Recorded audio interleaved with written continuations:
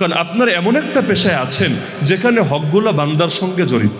এর মধ্যে আমি আপনাদেরকে রিকোয়েস্ট করেছি যে একটা বাক্য মাথায় গেঁথে নেন, ওয়ালা তাকুল্লিল খাইনিনা হাসিমা। কোনো বিশ্বাসঘাতকের পক্ষে আমরা মামলা লড়ব না, আমরা কোনো বাতিলের হাতকে শক্তিশালী করব না। রিজিকের মালিক আল্লাহ, কপালে যা লিখে রেখেছেন একটা দানা বাকি থাকতে মালাকুল মাউত আমাদের জান কবজ করতে পারবে না। সুতরাং আমরা যতটুকু পারি মাজলুমকে সাহায্য করব, ন্যায়ের পক্ষে থাকব, কিন্তু জালেমকে সাহায্য করে নিজেদের আখেরাতকে আমরা বরবাদ করব না। সুপ্রিম কোর্টের শ্রদ্ধেয় আইনজীবীদের পক্ষ থেকে সিরাতুন নবী সাল্লাল্লাহু আলাইহি ওয়াসাল্লাম মাহফিল উদযাপন কমিটি প্রথমবারের মতো আজ এই যে সিরাতুন নবী সাল্লাল্লাহু আলাইহি ওয়াসাল্লাম মাহফিলের আয়োজন করেছে। আল্লাহ তাআলা তাদেরকে সর্বোচ্চ যথাযোগ্য প্রতিদান দান করুন এবং এই সিলসিলা কিয়ামত পর্যন্ত জারি রাখুন। আজকের এই মাহফিল ইতিমধ্যে উপস্থিত হয়েছেন মাহফিলের প্রধান অতিথি, বাংলাদেশ জামায়াতে ইসলামীর সহকারী সেক্রেটারি জেনারেল এবং ওলামা বিভাগের সভাপতি মাওলানা আবুল হাসনাত মোহাম্মদ আব্দুল হালিম হাফিজাহুল্লাহ তাআলা ওয়া রাআহ।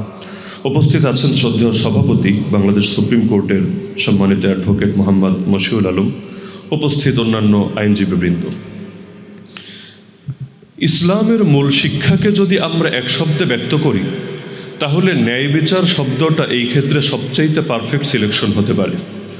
প্রত্যেক শুক্রবার অধিকাংশ মসজিদেই জুমার খতিবরা আমাদেরকে স্মরণ করিয়ে দেন একটা আয়াত, যে আয়াতটা আমি বসার পর দেখলাম এখানেও লেখা আছে, ইন্নাল্লাহ ইয়া'মুরু বিল আদলি ওয়াল ইহসান। নিশ্চয়ই আল্লাহ নির্দেশ দিচ্ছেন আদল এবং ইহসানের। আদল বলে কাকে? এক শব্দে যদি বলি আদল মানি ইনসাফ, আদল মানি ন্যায় বিচার। তো আল্লাহ তাআলা সর্বপ্রথম আদেশে দিচ্ছেন ন্যায় বিচারের।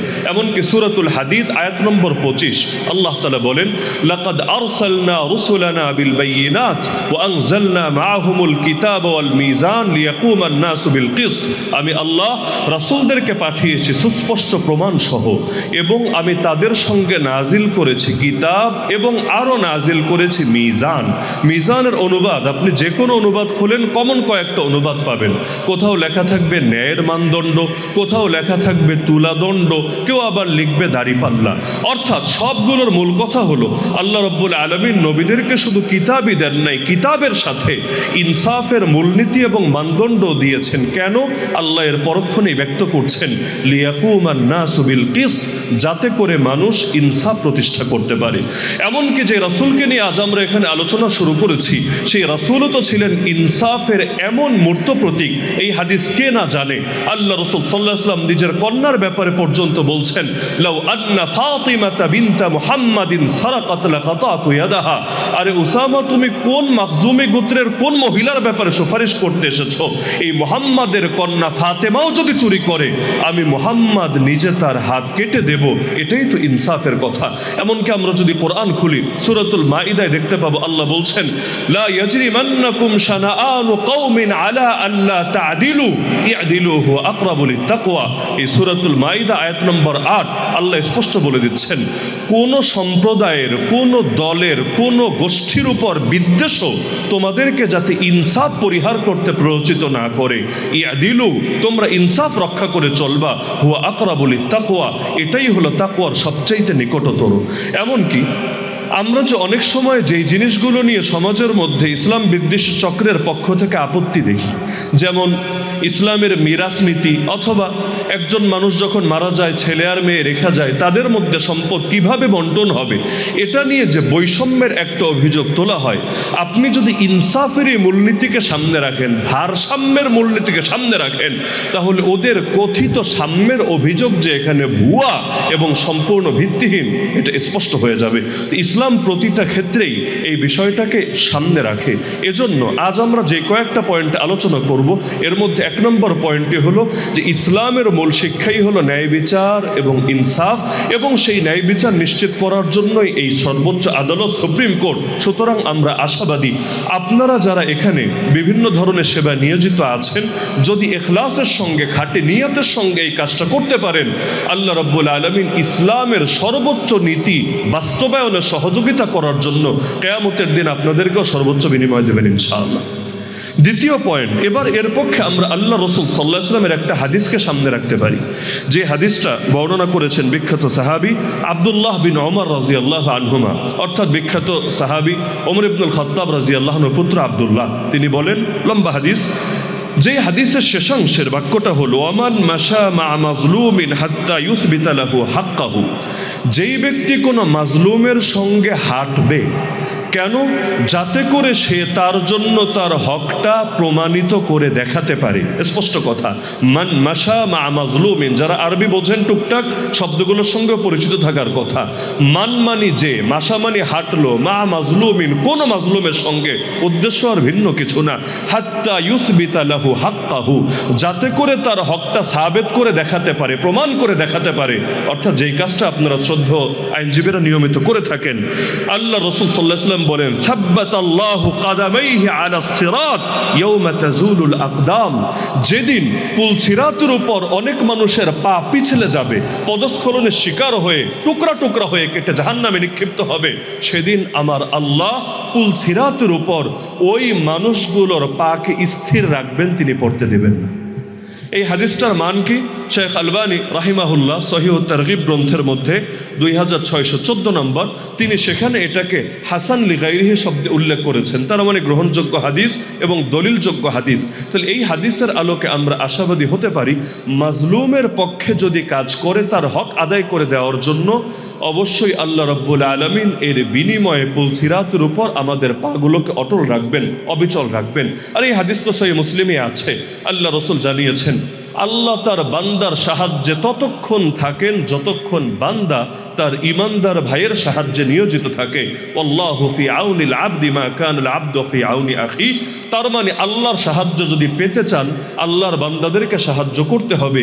ইরহামু মান ফিল আরদ ইয়ারহামকুম মান ফিস সামা, পৃথিবীতে যারা রয়েছে তোমরা তাদেরকে রহম করো, আসমানে যিনি রয়েছেন তিনি তোমাদেরকে রহম করবেন। আল্লাহ রাসূল সাল্লাল্লাহু আলাইহি ওয়াসাল্লামের বিশুদ্ধ হাদিস। এমনকি কেউ যদি মাজলুমের পাশে না দাঁড়ায় কি হবে? বড় ভয়ঙ্কর হাদিস। এবং বর্তমান পৃথিবীতে অনেক মাজলুম জনপদের সঙ্গে হাদিসটার আপনি মিল পাবেন। আল্লাহ রাসূল সাল্লাল্লাহু আলাইহি ওয়াসাল্লাম বলেন, মান খাযালা আমরাআন মুসলিমান ফি মাওদিইন ইউনতাহাকু ফীহি মিন হুরমাতিহি ওয়া ইউনতাকাসু ফীহি মিন ইরদিহি ইল্লা খাযালাহু আল্লাহু ফি মাওতিনিন ইউহিব্বু ফীহি নুসরাতা, যে ব্যক্তি অপর কোনো মুসলমানের সাহায্য ছেড়ে দেবে এমন কোনো জায়গায় যেখানে তার সম্মানহানি হচ্ছে, তাকে অপমান এবং অপদস্থ করা হচ্ছে, সে সামর্থ্য আছে তাকে সহযোগিতা করার, এরপরও তাকে সহযোগিতা করলো না, তাহলে সে নিজে বিপদে পড়ে আল্লাহর কাছে যখন সাহায্য কামনা করবে, সাহায্যের জন্য হাহাকার করবে, আল্লাহ রাব্বুল আলামিনও তাকে সাহায্য করবেন না। সুতরাং আল্লাহর সাহায্য যারা পেতে চায় দুনিয়া এবং আখিরাতে, তাদের জন্য এটা মূলনীতি হবে যে তারা অন্যান্য মাজলুমদের এবং মুসলমানদের সাহায্যে নিয়মিত লিপ্ত থাকবে। এমনকি এই ক্ষেত্রে এটা তো হলো আমাদের জন্য আশাব্যঞ্জক দিক, পাশাপাশি ভয়ের দিকও আছে। যেমন আবু দাউদ, বিখ্যাত হাদিসের গ্রন্থ সুনানে আবি দাউদ এবং মুসনাদে আহমদের মধ্যে আল্লাহ রাসূল সাল্লাল্লাহু আলাইহি ওয়াসাল্লাম থেকে বিশুদ্ধ হাদিস বর্ণিত হয়েছে। যে হাদিসটাও বর্ণনা করেছেন সেই একই সাহাবী আব্দুল্লাহ বিন ওমর রাদিয়াল্লাহু আনহুমা। যে হাদিসের মধ্যে আছে, আল্লাহ রাসূল বলেন, মান হালাত শাফাআতুহু দুনা হাদ্দিম মিন হুদুদিল্লাহ ফাকাদ দাদ্দাল্লাহ। হাদিসে তিনটা বাক্য, তিনোটা বাক্যই আপনাদের সাথে রিলেটেড। এক নম্বর বাক্য হলো, যার সুপারিশ আল্লাহর কোনো দণ্ড বা বাস্তবায়ন করার ক্ষেত্রে প্রতিবন্ধক হয়ে দাঁড়াবে, সে আল্লাহর বিরুদ্ধে বিদ্রোহকারী বলে সাব্যস্ত হবে। অর্থাৎ কেউ যদি সুপারিশ করে এমন কারো বেলায় যেখানে আমার আল্লাহর দণ্ড নির্ধারিত, যেমন কেউ যদি কাউকে হত্যা করে, ইসলামের সাজা হলো প্রাণের বদলে প্রাণ, তাহলে তাকেও মৃত্যুদণ্ডের সম্মুখীন হতে হবে। এখন কেউ নিজের বিশেষ ক্ষমতাকে কাজে লাগিয়ে, তার রাষ্ট্রীয় কোনো শক্তিকে সে কাজে লাগিয়ে সুপারিশ করে সে তার ব্যাপারে সাজাটা হালকা করে দিল, ইসলামে নির্ধারিত যে সাজা আছে সেটা বাস্তবায়ন করার ক্ষেত্রে বাধা হয়ে দাঁড়ালো, তাহলে এই হাদিসে স্পষ্ট বলা হচ্ছে, আল্লাহ রাসূল জানাচ্ছেন, সে আল্লাহর বিরুদ্ধে বিদ্রোহকারী বলে সাব্যস্ত হবে। হাদিসের দ্বিতীয় বাক্য, ওয়ামান খাসামা ফি বাতিলিন, যেই ব্যক্তি কোনো মিথ্যা মামলা লড়ল, ওয়াহুয়া ইয়ালামুহু, অথচ সে সেটা সুনিশ্চিতভাবে জানে যে আমি যেই মামলা লড়ছি, যেই মক্কেলের পক্ষে লড়ছি, এটা বাতিল, এটা মিথ্যা, এটা ভিত্তিহীন। আল্লাহ রাসূল সাল্লাল্লাহু আলাইহি ওয়াসাল্লাম বলেন, লাম ইয়াজাল ফি সাখাতিল্লাহ হাত্তা ইয়ানজিআ আনহু, সে আল্লাহর গজবের মধ্যে পড়েই থাকবে যতদিন না সে এটা থেকে নিবৃত্ত হবে, যতদিন পর্যন্ত বিরত না হবে। আল্লাহর গজব শুধু একদিন দুদিনের জন্য না, চলতেই থাকবে অবিরাম। আল্লাহ তাআলা তাকে এটা থেকে মুক্ত করবেন না। এখন কেউ যদি আল্লাহর গজবে আক্রান্ত হয়ে যায়, বরকত পাবে কোথায়, রহমত পাবে কোথায়, ইবাদতের প্রশান্তি পাবে কোথায়, নামাজেরই তৌফিক হবে কিভাবে? চাইলেই কি সেজদা দেওয়া যায় আল্লাহর সামনে?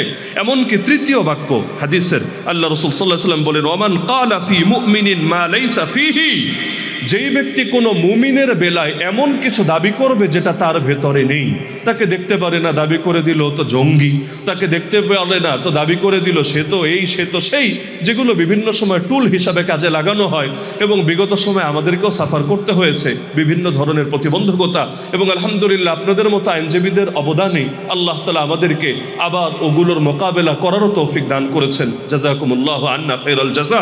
তো আল্লাহ রাসূল বলেন, যে ব্যক্তি কোনো ইমানদারের বেলায় এমন কোন দাবি করবে যেটা তার ভেতরে নেই, আসকানাহুল্লাহু রাদগাতাল খাবাল হাত্তা ইয়াখরুজা মিম্মা ক্বাল, আল্লাহ রাব্বুল আলামিন তাকে জাহান্নামীদের সব ময়লা জমা হবে যেই জায়গায়, ওদের পুজ ওদের যা কিছু আছে এগুলো জমা হবে যেই জায়গায়, সেখানে আল্লাহ জাহান্নামে ওদের ঠাই করে দিবেন। তার মানে জাহান্নামে আরো 10 জনের মতো জায়গায় তাদের জায়গা হবে এমন না, বরং দুনিয়াতে কাউকে ম্যানহোলে থাকতে দিলে, কাউকে বাথরুমে নিয়ে আটকে রাখলে অবস্থাটা যেমন হবে, আল্লাহ রাব্বুল আলামিন তাদেরকে শাস্তি দিবেন। এবং আল্লাহ রাসূল বলেন, আল্লাহ তাদেরকে এখান থেকে ফিরাবেন না যতদিন না তারা এটা থেকে ফিরে আসে। এখন তারা ফিরবে কিভাবে? দুনিয়ায় তো কামব্যাক করারও সুযোগ নাই, আর দুনিয়ায় এই অপরাধ থেকেও নিজেকে আর ফেরানোর সুযোগ নাই। এমনকি এই হাদিসটার পরেই ইমাম আবু দাউদ রাহিমাহুল্লাহ এর সমর্থনে আরও একটা হাদিস এনেছেন, যে হাদিসের শেষে অতিরিক্ত আর একটা বাক্য আছে, ওয়ামান আ'আনা আলা খুসুমাতিন বিযুলমিন ফাকাদ বাআ বিগাযাবিন মিনাল্লাহি আযজা ওয়া জাল, যে ব্যক্তি কোনো মামলার ব্যাপারে জুলুমের মাধ্যমে যে কোনো ধরনের সেখানে হস্তক্ষেপ করলো, সে আল্লাহর গজব নিয়ে ফিরে আসলো, তার উপর আল্লাহর গজব নিবেদিত হলো। তো সুনানে আবু দাউদে হাদিস নাম্বার 3597 এবং 3598, কেউ চাইলে দেখে নিতে পারেন। এমনকি খুতবার মধ্যে আমি কোরআন মাজিদের একটা আয়াত পড়েছি, আমি আশা রাখবো এখানে অন্তত আমার সামনে যারা রয়েছেন সম্মানিত এবং শ্রদ্ধা আইনজীবীরা এই আয়াতটাকে সারা জীবন নিজের অন্তরের মধ্যে গেঁথে রাখবেন। পুরো বাক্য যদি নাও হয়, অন্তত আয়াতের শেষাংশটা, ওয়ালা তাকুল্লিল খাইনিনা খাসিমা, ওয়ালা তাকুল্লিল খাইনিনা খাসিমা, একদম মানুষ পথে গেঁথে রাখতে পারেন। এই আয়াতের মধ্যে আয়াত নম্বর সূরা নিসা 105, এই 105 থেকে নিয়ে 112 পর্যন্ত সবগুলো আয়াতই গুরুত্বপূর্ণ এবং সবগুলো আয়াতই আমাদের এই বিচার ব্যবস্থার সঙ্গে প্রাসঙ্গিক। এর মধ্যে সবগুলো আমি বলবো না সময় সংক্ষিপ্ততার কারণে। এই যে আয়াত সূরা নিসা, আল্লাহ রাব্বুল আলামিন প্রথমে নবীকে বলছেন, ইন্না আনজালনা ইলাইকাল কিতাবা বিল হক, নিশ্চয়ই আমি আপনার উপর সত্য সহকারী কিতাব অবতীর্ণ করেছি। কেন জানেন? লিতাহকুমা বাইনান নাসি বিমা আরাকাল্লাহ, যাতে করে আপনি মানুষের মধ্যে বিচার করে দিতে পারেন ওই বিধান অনুসারে যেটা আল্লাহ আপনাকে দেখিয়েছেন, অর্থাৎ শিক্ষা দিয়েছেন। তাহলে আল্লাহ এখানে কিতাব নাজিল করার উদ্দেশ্যই বলে দিচ্ছেন, মানুষের মধ্যে আল্লাহর নাজিল করা বিধান দিয়ে যাতে আপনি বিচার বাস্তবায়ন করতে পারেন।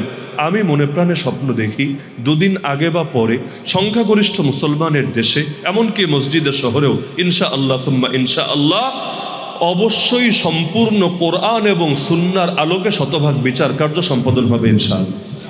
এমনকি আমার এখনো মনে পড়ে, এখন ওই কথা ভুলেও বলি না, যখন ছোট ছিলাম কেউ যদি আমাকে জিজ্ঞেস করতো কিভাবে মাথায় ঢুকেছে তা আমার মনে নাই, কেউ যদি জিজ্ঞেস করতো বড় হয়ে কি হবে, বাচ্চাদেরকে তো কমন প্রশ্ন করে, আমি কেন যেন ওই সময় জবাব দিতাম, কারণ আল্লাহই ভালো জানেন, আমি ওই সময় জবাব দিতাম যে আমি ইনশাআল্লাহ ইসলামী রাষ্ট্রের প্রধান বিচারপতি হব। এই বাক্যটা আমি বলতাম। তো পরবর্তীতে এখন আমি এটা মাথায় ঢুকেছে যে কয়েকজন মানুষের কারণে হয়তো এই জবাবটা বের হতো, কারণ ইমাম আবু হানিফা রাহিমাহুল্লাহ এত বড় ইমাম, তাকে অফার করা হয়েছিল এটা, তিনি গ্রহণ করেন নাই, কিন্তু তার শিষ্য ইমাম আবু ইউসুফ রাহিমাহুল্লাহ ছিলেন এই দায়িত্বে। এমনকি এখন আল্লামা তাকি উসমানীর নাম বললো, শুরুতে আমরা বলে নেই চিফ জাস্টিস আল্লামা তাকি উসমানী। তাহলে আমরাও আশাবাদী ইনশাআল্লাহ কোনো একদিন শুধুমাত্র এই ফিক ফতোয়ার জ্ঞান শুধু মাদ্রাসার 4 দেয়ালে সীমাবদ্ধ থাকবে না, বরং প্রতিটা বিচারের ক্ষেত্রে পর্যন্ত আমার আল্লাহর কি বিধান, নবীর কি বিধান, এটা দেখা হবে। আমরা আশা করতেই পারি পূরণ করার মালিক আল্লাহ। তো নবীকে আল্লাহ এর শেষ বাক্যে যেটা বলছেন, ওয়ালা তাকুল্লিল খাইনিনা খাসিমা, আপনি খেয়ানতকারীদের পক্ষে বিতর্ককারী হবেন না। এই যুগের ভাষায় বললে আপনি বিশ্বাসঘাতকদের পক্ষে মামলা লড়বেন না। ওয়ালা তাকুল্লিল খাইনিনা খাসিমা, আপনি যারা খাইনিন শব্দটা ব্যাপক, আমানতের বিপরীতই হলো খেয়ানত, আর ইসলামের মূল্যের মধ্যে আমানত রয়েছে, লা দীনা লিমাল্লা আমানত লাহু, নবীজি বলেন যার আমানত নাই তার কোনো দিনই নাই। তাহলে আমানতের বিপরীত হলো খেয়ানত। আল্লাহ নবীকে বলে দিয়েছেন আপনি খেয়ানতকারীদের পক্ষে বিতর্ককারী হবেন না। এই আয়াতের তাফসির আপনারা তাফসির ইবনে কাসির তো বাংলা অনুবাদও পাওয়া যায়, ইংলিশও পাওয়া যায়, একবার দেখে নিতে পারেন, অথবা তাফসিরে কাবির থেকেও দেখে নিতে পারেন। যদি তাফসির ইবনে কাসির খুলেন, এখানে বিস্তারিত একটা ঘটনা পাবেন। তিনি অনেকগুলো সনদ অর্থাৎ বর্ণনা সূত্র সহকারে ঘটনাটা এনেছেন, যার মূল কথাটা আমি বলে দিচ্ছি। আল্লাহ রসুল সাল্লাল্লাহু আলাইহি ওয়াসাল্লাম এক জিহাদ থেকে ফিরছিলেন, তার সঙ্গে আনসারীদের একটা দল ছিল। তো যুদ্ধ থেকে ফেরার পথে আল্লাহ রসুল সাল্লাল্লাহু আলাইহি ওয়াসাল্লামের সাহাবীদের মধ্যে একটা দুর্ঘটনা ঘটলো, বেশি বড় না, ছোটোখাটো একটা দুর্ঘটনা। একজন আনসারি সাহাবীর শখের লৌহ বর্ম হারিয়ে গেল। লৌহ বর্ম তো আগের যুগে যুদ্ধে বেশ ব্যবহৃত হতো এবং খুব গুরুত্বপূর্ণ ছিল। তো এখন যে এটা চুরি করেছিল, যে কোনোভাবে তাকে তারা সন্দেহ করতে সমর্থ হয়েছিল। এখন সে যখন টের পেয়েছে যে সবার সন্দেহের তীর তো তার দিকে, এবং তার ব্যাপারে ইতিমধ্যে সেই সাহাবী গিয়ে আল্লাহ রসুলের কাছে বিচার পর্যন্ত দিয়ে দিয়েছে, এখন তো সে চিন্তায় পড়ে গেল, হায় আমার কি হবে। তার মাথায় একটা দুষ্ট বুদ্ধি আসলো। এই ঘটনাটার সাথে কেউ হয়তো পরিচিত অথবা কেউ নতুন শুনছেন, এজন্য আমি রিকোয়েস্ট করবো যে আয়াতের তাফসীর ইবনে কাসির থেকে এই সূরা নিসার 105 নম্বর আয়াতের ব্যাখ্যা করলে বিস্তারিত পেয়ে যাবেন ইনশাআল্লাহ। তো তখন আল্লাহ রসুল সাল্লাল্লাহু আলাইহি ওয়াসাল্লামের কাছে বিচার আসলো। তো যার বিরুদ্ধে বিচারটা দায়ের হলো তার নাম ছিল তুআমাহ বিন উবাইরিক, একটু জটিল নাম। তুআমাহ, বাবার নাম উবাইরিক, একসঙ্গে মিলিয়ে বলে তুআমাহ বিন উবাইরিক। তার মাথায় দুষ্টবুদ্ধি আসলো, সে নিয়ে এক ফাঁকে এটাকে এক ইহুদির বাসায় ফেলে দিয়ে আসলো, যাতে করে যেহেতু তার নামে মামলা দায়ের হয়েছে নবীজির আদালতে, সে এবার ইহুদিকে ফাঁসিয়ে দিতে পারে এবং নিজে সাধু বাবা সাজতে পারে। এখন যখন এটা জানাজানি হলো, এখন সে তার গোত্রের লোকদেরকে গিয়ে বলল, শোনো, আকাম তো একটা করে ফেলেছিলাম, কিন্তু পরবর্তীতে আমার হুঁশ হয়েছে, আমি ইহুদিটারে ফাঁসিয়ে দিয়েছি।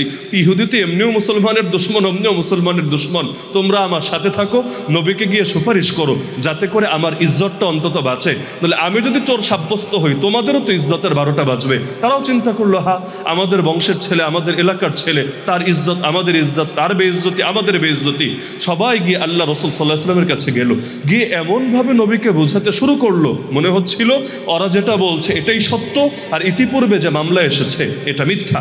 আল্লাহ রসুল বহু হাদিসে সতর্ক করেছেন যে খবরদার, তোমরা আমার কাছে যখন কোনো বিচার নিয়ে আসো, ইন্নামা আনা বাশার, আমিও একজন মানুষ। কখনো এমন হয় তোমাদের মধ্যে কেউ নিজের মামলা উপস্থাপনের ক্ষেত্রে অধিক সুস্পষ্টভাষী হয়ে থাকো, যেটা অন্যজন পারে না। কখনো যদি এমন হয় যে আমি এমন কারো ব্যাপারে রায় দিলাম যার এটা প্রাপ্য না, কিন্তু আমি মুখের কথায় প্রভাবিত হয়ে রায় দিলাম, খবরদার এটা গ্রহণ করবা না, না হলে এটা হবে তার জন্য জাহান্নামের একটা টুকরা, যা সে নিজের পেটে গ্রহণ করেছে। এই হাদিস সহিহ বুখারীতে একাধিক জায়গায় বর্ণিত আছে, সহিহ মুসলিমে বর্ণিত আছে। সহিহ বুখারী হাদিস নম্বর 6967, 7169 এবং সহিহ মুসলিম 1773, বিস্তারিত সেখানে দেখে নিতে পারেন। তা আল্লাহ রসুল কিছুটা প্রভাবিত হয়ে গেলেন তাদের কথায়। নবীজি মানসিকভাবে এমনটাই সিদ্ধান্ত নিলেন, না অন্যদের সামনে বলবেন যে না, তোমরা শুধু শুধু তাকে সন্দেহ করছো, সে তো নির্দোষ, এবং তার বিরুদ্ধে যে মামলা দায়ের করা হয়েছে এটা ভুয়া, এটা মিথ্যা। আল্লাহ রসুল মনস্থির পর্যন্ত করে ফেলেছেন, কিন্তু অন্তরের খবরও তো একজন জানেন, তিনি কে?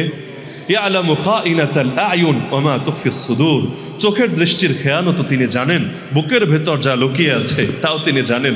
আল্লাহ রাব্বুল আলামিন নবীজিকে শুধু জানিয়ে দিলেন তা না, প্রথমে সতর্ক করে নিলেন, ওয়ালা তাকুল্লিল খাইনিনা খাসিমা। এই যে তুআমা বিন উবাইরিক এবং এরকম আরও যত বিশ্বাসঘাতক আছে এবং আগামী দিনে আসবে, কোনো বিশ্বাসঘাতকের পক্ষে আপনি মামলা লড়তে যাবেন না। এমনকি এই যে সূরা নিসার 105 নম্বর থেকে বলা শুরু হলো, লাস্ট 112 নম্বর আয়াতে গিয়ে আল্লাহ চূড়ান্ত সতর্ক বার্তা দিয়ে দিলেন, ওয়ামাই ইয়াকসিব খাতিআতান আও ইসমান সুম্মা ইয়ারমি বিহি বারিআ ফাকাদ ইহতামালা বুহতানা ওয়া ইসমান মুবিনা। যেই ব্যক্তি নিজে কোনো অপরাধ করবে অথবা পাপে লিপ্ত হবে, এরপর কোনো নির্দোষ ব্যক্তির ব্যাপারে অভিযোগ দায়ের করবে, অর্থাৎ তাকে ফাঁসিয়ে দিবে, সে একই সঙ্গে দুইটা জিনিস তার কাঁধে বহন করতে বাধ্য হবে। এক নম্বর হলো বুহতান তথা অপবাদের পাপ, আর 2 নম্বর হলো ইসমাম মুবিনা, সুস্পষ্ট কবিরা গুনাহ, সুস্পষ্ট পাপ। এ দুটো তার কাঁধে আসবে। অপবাদকে যেন তেন ব্যাপার ভাববেন। সারা জীবনের তাহাজ্জুদ, সারা জীবনের জিকির, সারা জীবনের নফল, সারা জীবনের সব বরবাদ হওয়ার জন্য এক অপবাদই যথেষ্ট। কারণ আল্লাহ রসুল এদেরকে বলেছেন সবচাইতে বড় দেউলিয়া। ওই হাদিস আশা করি সকলেই শুনেছেন। নবীজি জিজ্ঞেস করেছিলেন, বলো তো দেউলিয়াকে। সাহাবীরা বলল, জবাব তো সহজ, মান লা দিরহাম লাহু ওয়ালা মাতা, যার দিরহাম অর্থাৎ রৌপ্য মুদ্রা অর্থাৎ ক্যাশ টাকা পয়সাও নাই, ওয়ালা মাতা আসবাবপত্রও নাই, সে না দেউলিয়া। ওই যুগের ভাষায় আর কি, তখন তো আর ব্যাংক ঋণ এই সেই হাবিজাবি এগুলো তো আর ছিলই না। ওরা যেভাবে বোঝে সেভাবে বলল যে দেউলিয়া তো তাকে বলে যার ক্যাশও নাই, যার আসবাবপত্রও নাই। আল্লাহ রসুল বলেন, আরে আমার উম্মতের প্রকৃত দেউলিয়া সে, কিয়ামতের দিন পাহাড় পরিমাণ আমল নিয়ে হাজির হবে, কিন্তু পৃথিবীর মধ্যে সে কাউকে অপবাদ দিয়েছে, কাউকে গালি দিয়েছে, কারো উপর জুলুম করেছে। এবার সব পাওনাদাররা হাজির হবে, তাদেরকে নিজের নেকামল দিতে দিতে অবশেষে তাদের গুনাহ নিজের কাঁধে নিতে নিতে নিজের পাহাড় পরিমাণ নেকামল তো শেষ হবেই, অন্যদের পাপ কাঁধে নিয়ে তাকে জাহান্নামে যেতে হবে। এমনকি ভাববেন না ফাঁকি দিয়ে দিব মনে হয় আল্লাহকে। দুনিয়া সবাইকে ফাঁকি দেওয়া সম্ভব, আল্লাহ রাব্বুল আলামিনকে তো ফাঁকি দেওয়া সম্ভব না। যারা ঘুষের লেনদেন করে প্রকাশ্য তো করে না, যারা দুর্নীতির কারবার করে প্রকাশ্য তো করে না। সুনানে ইবনে মাজা, হাদিসের প্রসিদ্ধ 6 গ্রন্থের অন্যতম গ্রন্থ, সুনানে ইবনে মাজার একটা হাদিস চিরকালের জন্য স্মরণ রাখতে পারেন। আল্লাহ রসুল সাল্লাল্লাহু আলাইহি ওয়াসাল্লাম বলেন, আমি আমার উম্মতের এমন কিছু মানুষকে কিয়ামতের দিন পাবো যারা পাহাড় পরিমাণ আমল নিয়ে আসবে, কিন্তু আল্লাহ সেগুলোকে বাতাসে উড়তে থাকা ধুলোকণায় পরিণত করে দিবেন। আল্লাহ রসুলের বাক্য, লা উলফিয়ান্না আকওয়ামান মিন উম্মতি ইয়াতুনা বিহাসানাতিন আমসালি জিবালি তিহামা ফায়াজআলুহা আল্লাহু হাবাআম মানসুরা। সাহাবীরা চমকে উঠে জিজ্ঞেস করলেন, ইয়া রাসূলুল্লাহ, এরা আবার কারা? আমাদেরকে বলে দেন, সিফহুম লানা লিকাই লা নাকুনা মিনহুম ওয়া নাহনু লা নালাম, যাতে করে নিজেদের ভুলেও নিজেদের অজান্তেও আমরা এই হতভাগাদের অন্তর্ভুক্ত না হয়ে যাই। আল্লাহ রসুল কি বলেছেন জানেন? না এখানে অপবাদের কথা বলেন নাই, জুলুমের কথা বলেন নাই। আল্লাহ রসুল বলেছেন, আমা ইন্নাহুম মিন ইখওয়ানিকুম, শোনো তারা তোমাদেরই কিছু ভাই, অর্থাৎ কাফের না, মুসলমান, তোমাদেরই কিছু ভাই, কিন্তু ওয়ালাকিন্নাহুম আকওয়ামুন ইযা খালাউ বিমাহারিমিল্লাহি ইনতাহাকুহা, তারা এমন কিছু মানুষ যখন তারা গোপনে নিভৃতে নীরবে নির্জনে একাকী কোনো পাপের সুযোগ পেয়ে যেত, আল্লাহ নিষিদ্ধ কোনো জিনিসের সুযোগ পেয়ে যেত, তখন আর নিজের লোভ সামলাতে পারতো না, নিজেকে সংবরণ করতে পারতো না, তার মধ্যে লিপ্ত হয়ে যেত। এজন্য ইমাম ইবনে রাজব হানবলী রাহিমাহুল্লাহ সহ অসংখ্য ইমামরা লিখেছেন, অধিকাংশ মানুষ শেষ সময়ে ঈমান নিয়ে যাওয়া থেকে বঞ্চিত হয় গোপন পাপের কারণে, প্রকাশ্য পাপ না, গোপন পাপের কারণে। এমনকি দুনিয়ার মধ্যে লাঞ্ছিত হয় গোপন পাপের কারণে। ওমর রাদিয়াল্লাহু আনহু সেই গল্প হয়তো কেউ কেউ শুনেছেন। একজনের ব্যাপারে অভিযোগ আসলো, তার আদালতে মামলা আসলো যে সে চুরি করেছে, এবং তার ওই যার ব্যাপারে অভিযোগ আসলো তার মা এসে কাঁদতে কাঁদতে বলি, আমিরুল মুমিনিন, ইয়া খলিফাতুল মুসলিমিন, জীবনে এই একবারই করেছে, একবারই ধরা খেয়েছে, কিন্তু এর জন্যই তার এখন হাত কাটা হবে, এর জন্যই আমাদের পুরো পরিবার পুরো বংশের মুখে চুনকালি রাখবে। ওমর রাদিয়াল্লাহু আনহু বলেছিলেন, শোনো, আল্লাহ সাধারণত প্রথমবারই পাকড়াও করেন না, আল্লাহ ঢিল দেন ঢিল দেন ঢিল দেন, এক পর্যায়ে গিয়ে এমন ধরেন তখন কিন্তু আর মোটেও ছাড়েন না। সুতরাং ভেবো না জীবনে প্রথমবারই করেছে আর আজকেই করুণ পরিণতির শিকার হয়েছে।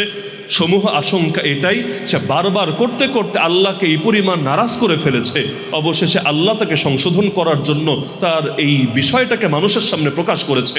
কারণ অধিকাংশ মানুষ এমন, আল্লাহ জেনে যাবে, আল্লাহ দেখে ফেলবে, এই ভয় পায় না, কিন্তু লিঙ্ক আবার ভাইরাল হয়ে যায় কিনা, মানুষ আবার জেনে যায় কিনা, এই ভয়ে তাদের ঠিকভাবে ঘুম হয় না। তার মানে আল্লাহর ভয়ের চাইতে মানুষের ভয় বেশি হয়ে যায়। কখনো আল্লাহ এজন্যই দোষ প্রকাশ করে দেয় যে তুই তো আমার ভয় পাপ থেকে বাঁচবি না, ঠিক আছে, মানুষের ভয়ে বাঁচবি, ঠিক আছে, মানুষের সামনেই তোর পাপ প্রকাশ করলাম, তবু অন্তত তওবা কর, তবু অন্তত ঈমান নিয়ে আয়। আমি চাই না জাহান্নামে তুই শাস্তি পা, আমি চাই দুনিয়ার মধ্যে যা হওয়ার হয়ে যাক।